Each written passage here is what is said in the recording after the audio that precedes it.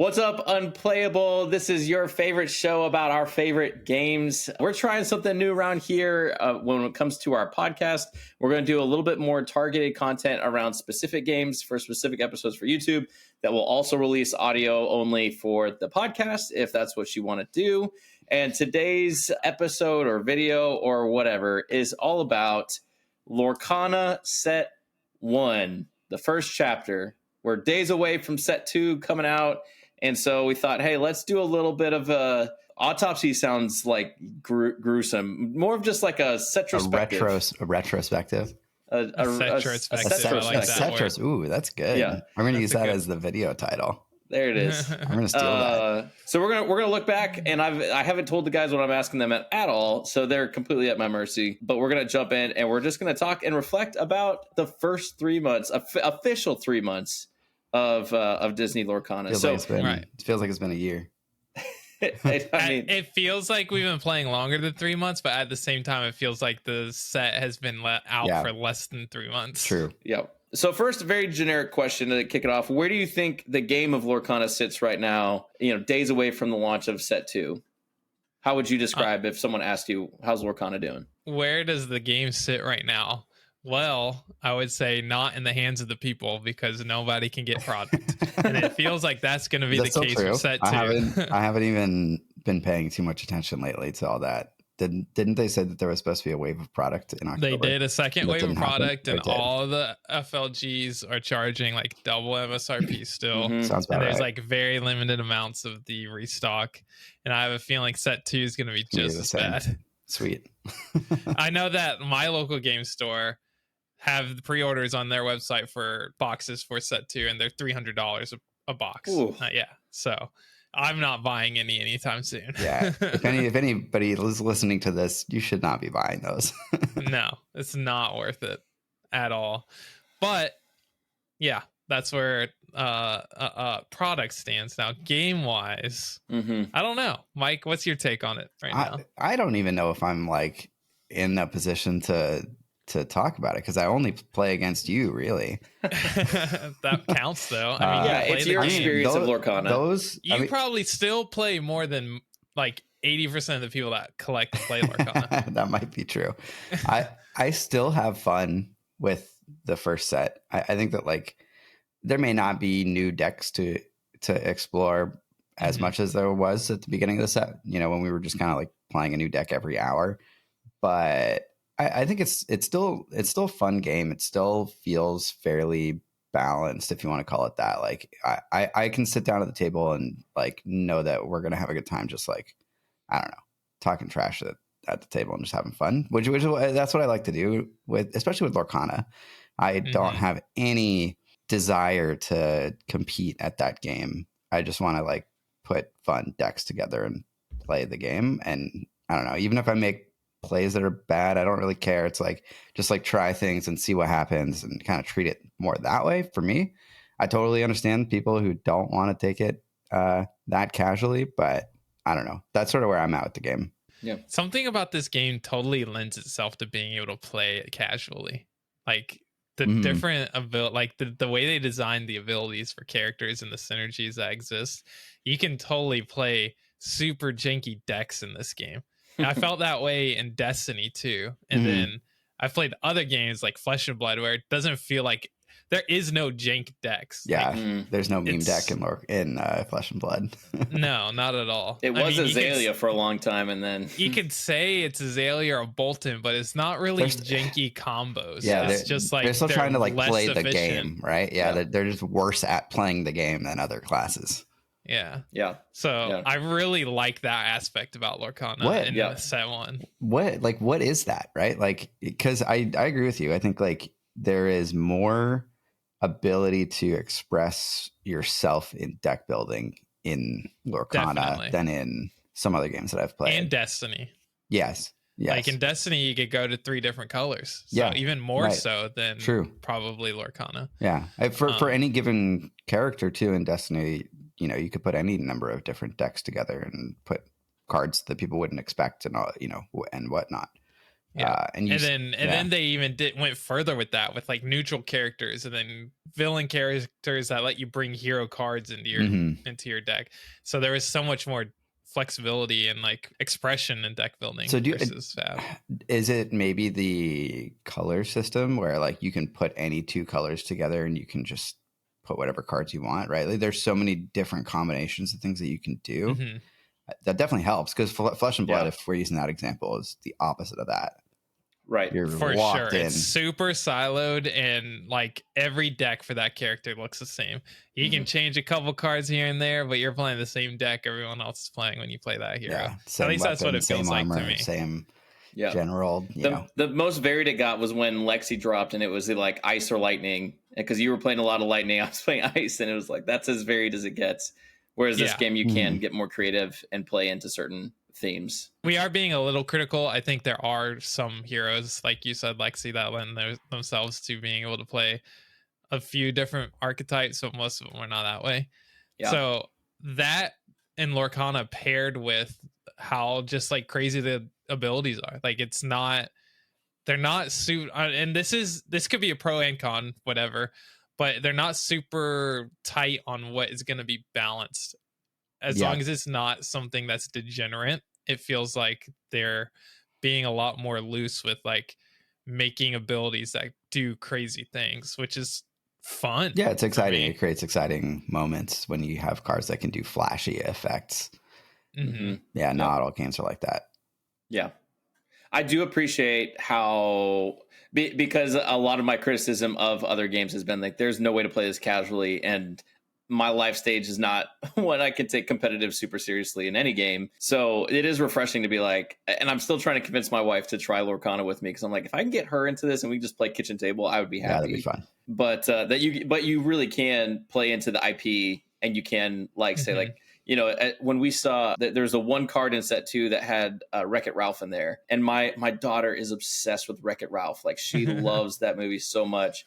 And I'm just like, this is going to be so fun when they finally drop some of these other characters from these other movies to be able to play casually. So yeah, I mean, just today you built, you know, your favorite character into a deck. What was it? Just literally every single possible Dr. Facilier into one deck. It was all Faciliers and all the Merlins. So it's a full deck that the only character names in the decks are Dr. Facilier or Merlin. Then all like items and songs. Dr. Facilier's cards, Friends on the Other Side, anything that has to do with Merlin, Facilier. I have no idea if it's a hilarious way to play the game. But it's so funny, absolutely though, right? Play it. Yeah. People were like, "Oh, you could put it in Madam Mim." I was like, no. Two names. 2 characters. 2 names. This is nonsense. It's so funny. Yeah. One day you'll be able to do that with like Anna and Elsa. Just nothing but Anna and Elsa in your deck. Yeah. Maleficent's another one I thought. I was like, we could do some Maleficent. Yeah, there's a lot of Maleficents. Yeah. I mean, Beast. That's one. Beast has so many characters. I think 5 different beasts. Or more. Or 6. I think there's Sorry, 6. I apologize to anybody. You can hear my dog in the background right now. He's going crazy. No, it's all good. Yeah. 1, 2, 3, 4, 5. There's 6 beasts. 6 beasts. So you can have all 6 beasts and Beast Mirror and Break. And 3 of them are legendaries. Yeah, that is I don't want to say dumbest, but that's the craziest thing. 3 in the same set. 2 of the legendaries are the same exact character. Yeah. The same exact character. 2 of them are in green too, and one's Storyborn, one's Dreamborn, one's Floodborn. Crazy. So they at least did 3 different. They couldn't spread them across 3 sets. They just really needed all the beasts up front. Are we going to get 3 beasts in the next set, and then in set 4 there's going to be 4 beasts? No. Is that just a set number directly correlate with how many legendary beasts? By the time we get to set 23, they're going to release a set with 23 legendaries just so that they can keep up. And all of them are going to be beast. I guarantee it. That's hilarious. If there's one critique I have of Lorcana, I don't understand why we have to have so many of the exact same character when there's so many people they can pull from characters in this game, or in the IP of Disney. I mean, it's kind of the shtick of the game, which I get. It's like these are all different glimmers of these characters and different whatever. Like, but again, did they really need that many 60s. so fast. And yeah, the one thing that I keep going back to that kills me is that there's 2 of the same exact character that are both legendaries. Yeah. And my whole thing, like, why not, if there's going to be 6 different ones, put them in different colors. So I could say, oh, that's the steel beast, that's the ruby beast, that whatever. Yeah. But like Dr. Facilier, yeah. 4 purple doctors. Like, what? Like, I don't know. Makes it hard it's to talk impossible about. for content creators to talk about these things.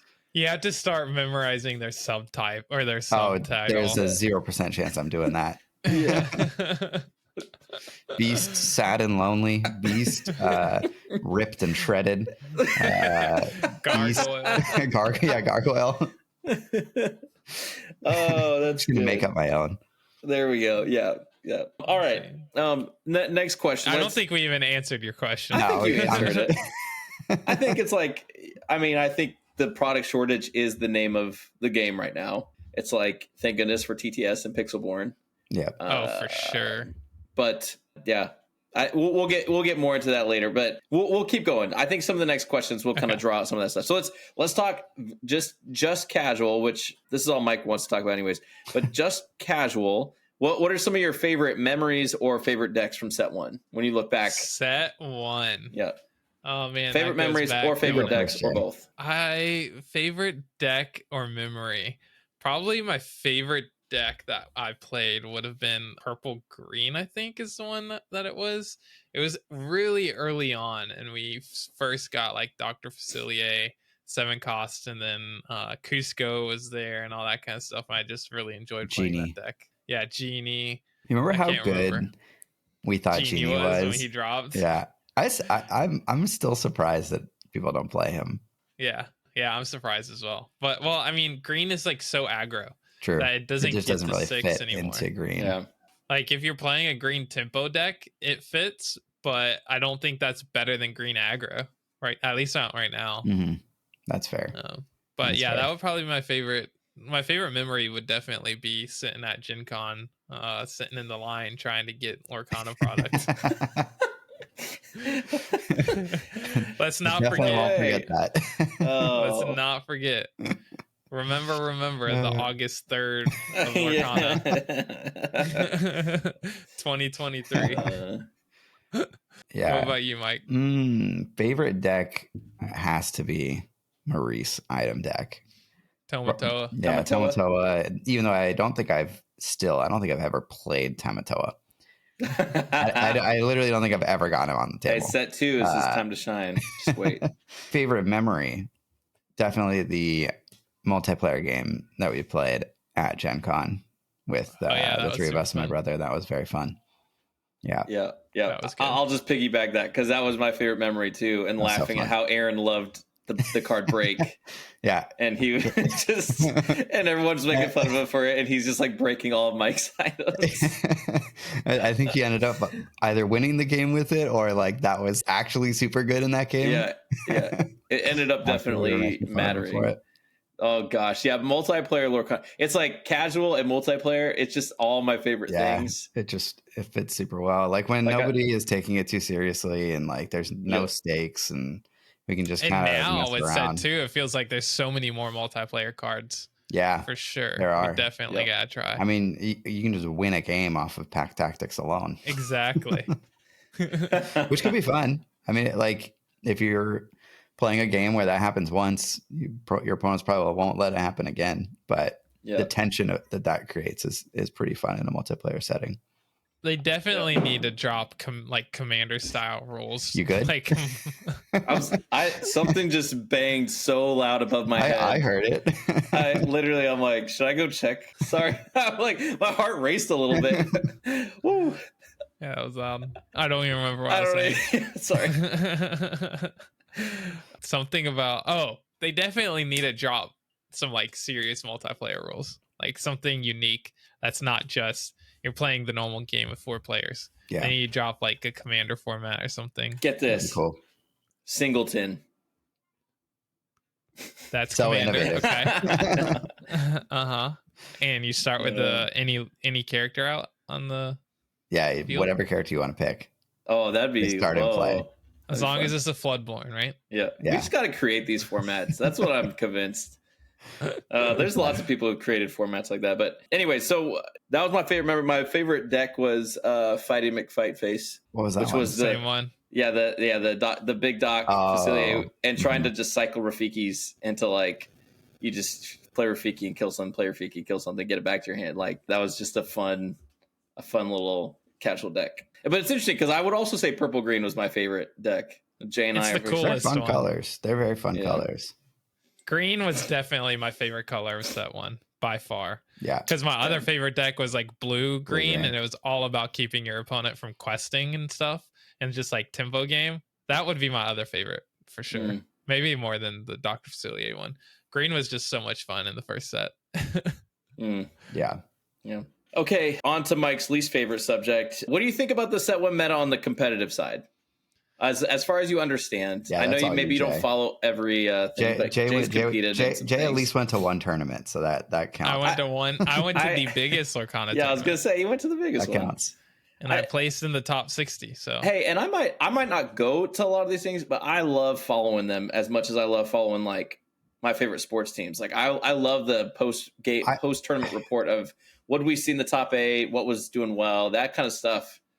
I don't know. I love. I like that for the games that I care about the competitive scene for. This is not one of those games, but you guys I think take even if you don't take this game competitively, I think it's super fun to watch the games, like the top 8 games for Lorcana, just because it's interesting to see what kind of combos people come up with these cards, because they are so combo-y. And it's like figuring out what their deck is trying to do, and then there really is so much nuance to this game because of how crazy it is. So I find that interesting as well, but I can understand not finding it interesting too. The one thing that I think, thinking about competitive meta for set one, that I hated, purple. the Ruby Amethyst mirrors that went 65 minutes, Stupid. game 1 and tied because neither one could win. Yeah, that's the dumbest stuff that would make fun. me quit the game. Like if I was taking it seriously.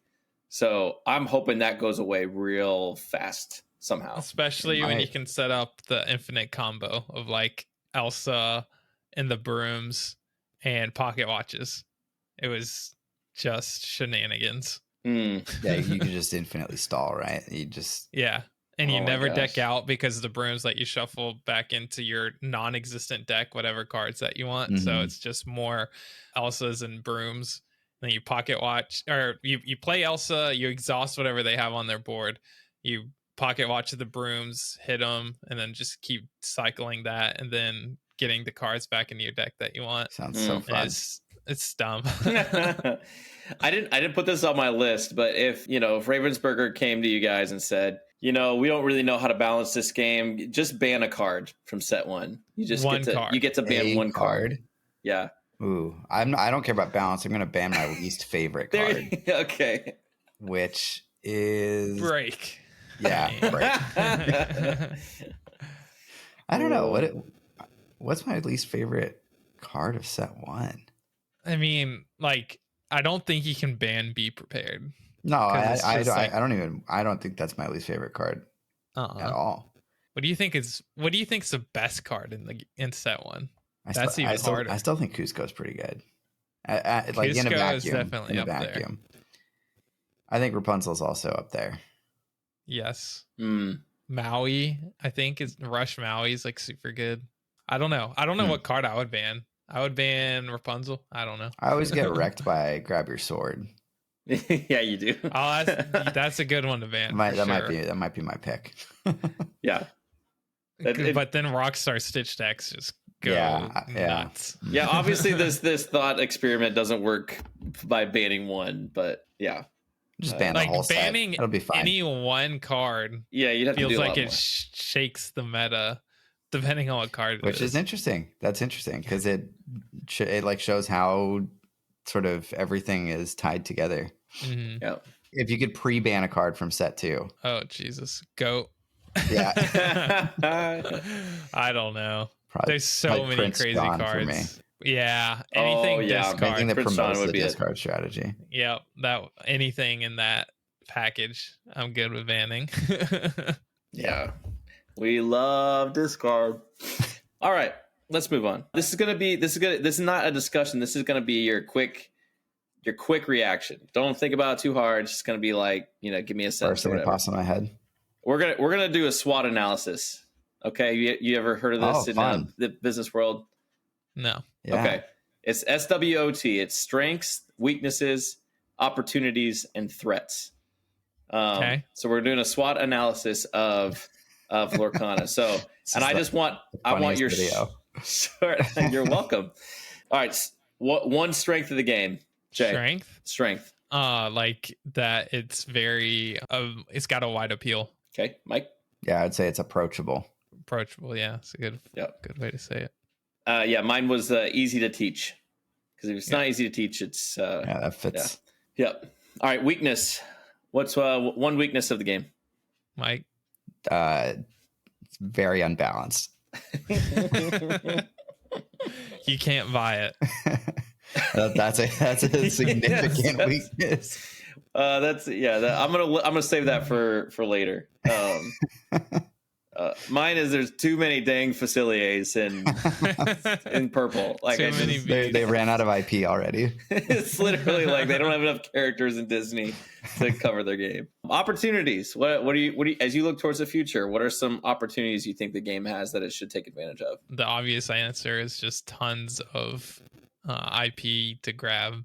So many characters. They should never, especially with the fact that they're doing one Floodborn and Dreamborn versions of characters that don't actually exist. They should never run out of stuff. So in my opinion, the opportunity is like the ability to give the players tons of characters that they love and possibly make a deck that's just one movie or just one character or just one whatever you want it to be.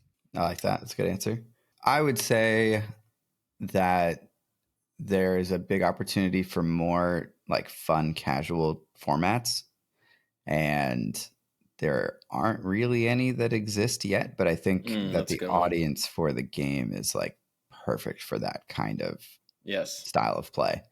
So if we get to the point where there's enough cards where you can put a whole deck together with just of one movie, maybe that's a format, and you got to pick a movie, and all the cards in your deck have to Doctors and Merlins. Yeah, that's great. you can pick two characters, and all the art on your cards has to be of one of those two characters. Yeah.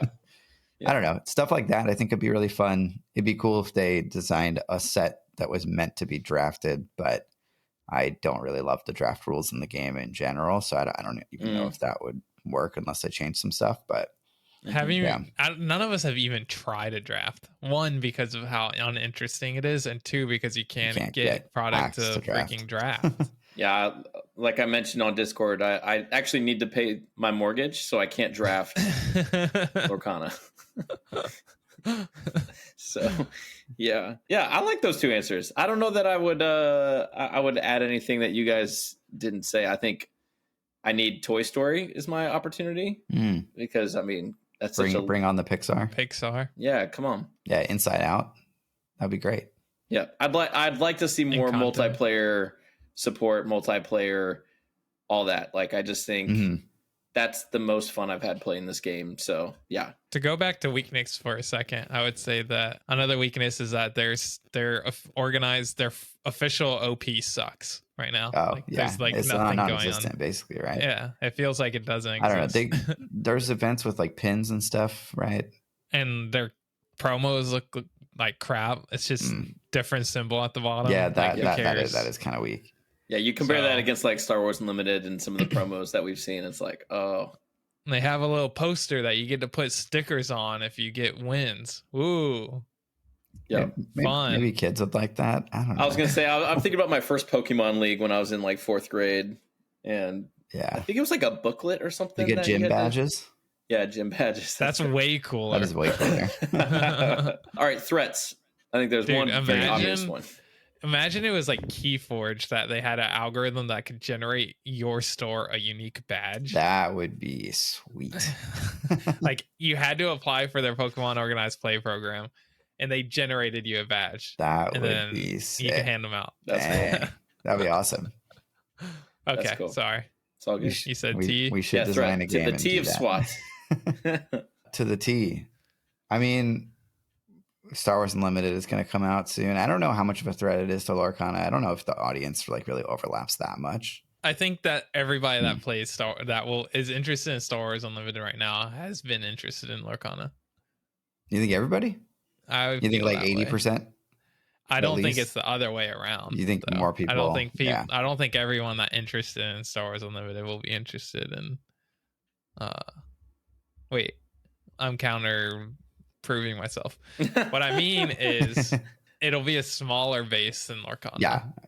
But like almost, I feel like a lot of the people that have shown interest in Star Wars Unlimited have shown interest in Lorcana, but maybe that's wrong. I mean, there is just like a group of just people who will play any card game and just interested in whatever the new card game is. Yeah, like us. Exactly. But I feel like we're more likely to be into a Star Wars game than a Disney game, just based on our personalities and our interests. But I do think Lorcana is going to remain bigger because of the wider appeal in general. For sure. Yep. I think the biggest threat is that they haven't figured out the product. They haven't figured out the product thing. I'm seeing more and more posts like daily of like, I'm sick of trying to find products. I'm just selling out. Like more Walmart shelves. Oh my gosh. Like that, like there is a fatigue. Like there's just a fatigue that comes. And it's like, okay, I may have gone to a tournament or two here in Chicago area if I thought I actually had a solid deck that I could compete. And I'm like, I don't have one. I'm not going to pay a bunch of money for that. Keyforge all over again. Well, in Destiny too, to a certain extent. Yeah, but you could buy Destiny cards. Keyforge, I feel like I don't have a gut deck that will compete. Oh, I see what you're saying. No, I was saying when Destiny released, they ran out of product and they were rushing to get more. I mean, I think we all knew this was going to be the issue. Honestly, I didn't expect it to take this long for them to be this bad. Yeah. Well, and this whole restock, I thought would actually be a full restock, and I'm like, they are saying prices are coming down, but I'm not paying $10 for a booster pack. Like that's dumb. Nonsense. Yeah.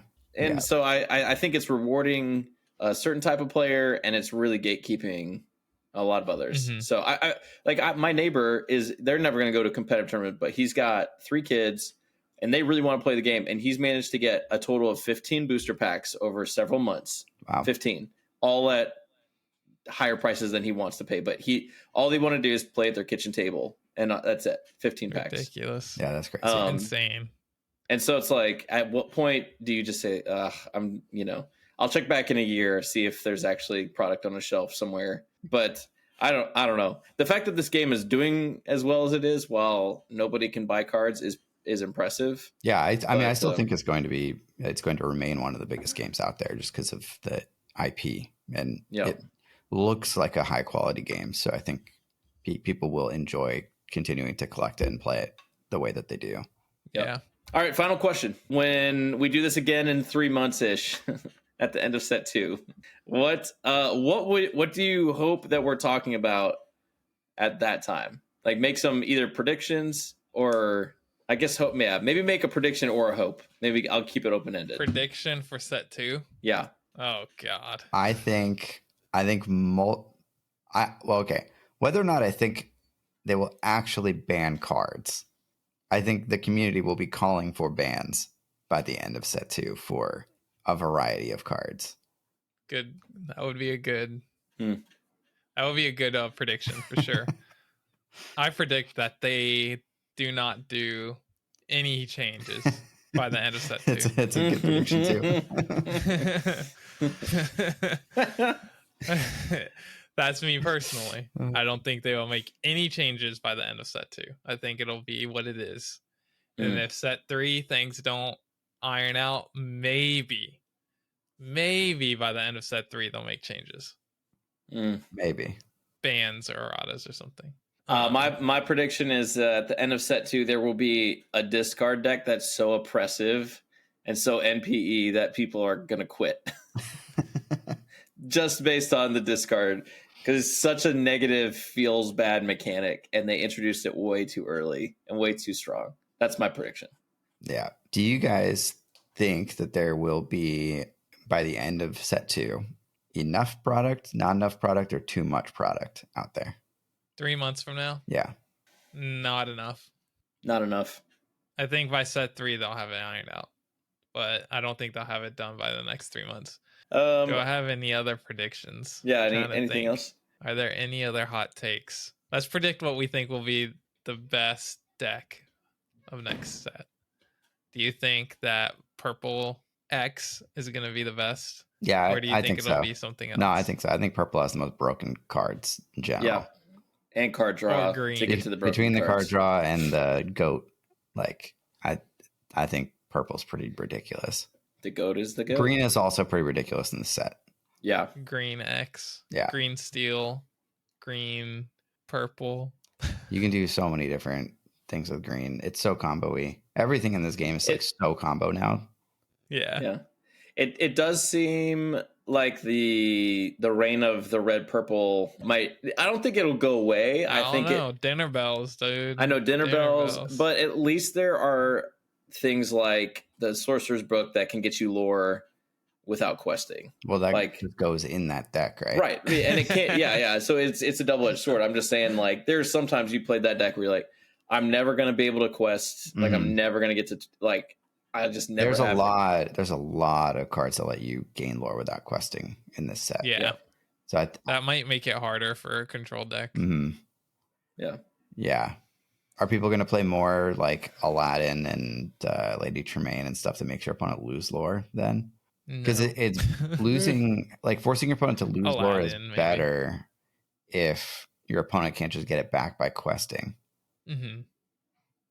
Yeah, for sure. But I don't know. I think I agree. Aladdin, I think Aladdin's always been good, so I mean he'll maintain good. All right. Final thoughts? Are we done? We should definitely. I was gonna say we should definitely at some point go back and look at our tier lists and see if how accurate they were. Because I know my takes were right. The brooms, Mickey and the brooms. Someone did. I think we were accurate. Everyone thought they were S+ tier, like the best cards in the game, and we were true.